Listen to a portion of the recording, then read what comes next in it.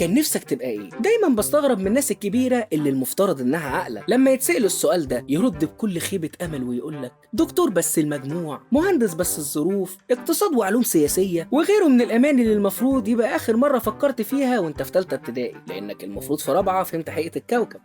مش محتاج اوضح يعني. ليه دكتور وتذاكر ويطلع عينك وعيانين وواحد يكح في وشك وعمليات ومشرط ودم وفي الاخر بيموت مجلوط، يا اما من العيانين يا من كتر الشغل. مهندس تعال اقول لك، مهندس ايه؟ دول مسحولين في المواقع يا عيني. الواد كان ابيضاني وعينه ملونه فجاه بقى خارج من الفرن طازه. دول بيروحوا البيت بالصدفه يا عم ونسيوا اصلا شكل اللي عايشين معاهم. انا عن نفسي كان نفسي اطلع فانوس. ايوه فانوس، مش عشان انور لكم الطريق خالص. عاطل طول السنه مريح ما بيعملش اي حاجه، بيشتغل شهر واحد بس ما عندوش اي مشاكل، مش مضطر ان هو يضحي بالبيك تيست وياكل بداله خاص عشان ما يتخنش. بالعكس ده هو كل ما تخن وكبر كل ما كان احلى واحلى. لا وما بيشتغل بيتعلق في البلكونه في الهوا كده، مش متكتف في كرسي وقاعد قدام مكتب. الدنيا حر وشمس ولا عنده اي لازمه، نايم طول النهار وباشا. المغرب أذن والدنيا ليلت نشغله بقى ويفضل يهز في رجله ويتفرج على رايح واللي جاي. سلطان عصر وزمان والبيه. انا من موقع هذا بقول نعمل حمله ونلغي الفانوس ونقعد مكانه، او حتى نتهوى بدل الكمكمه دي. ولا انتوا ايه رايكم؟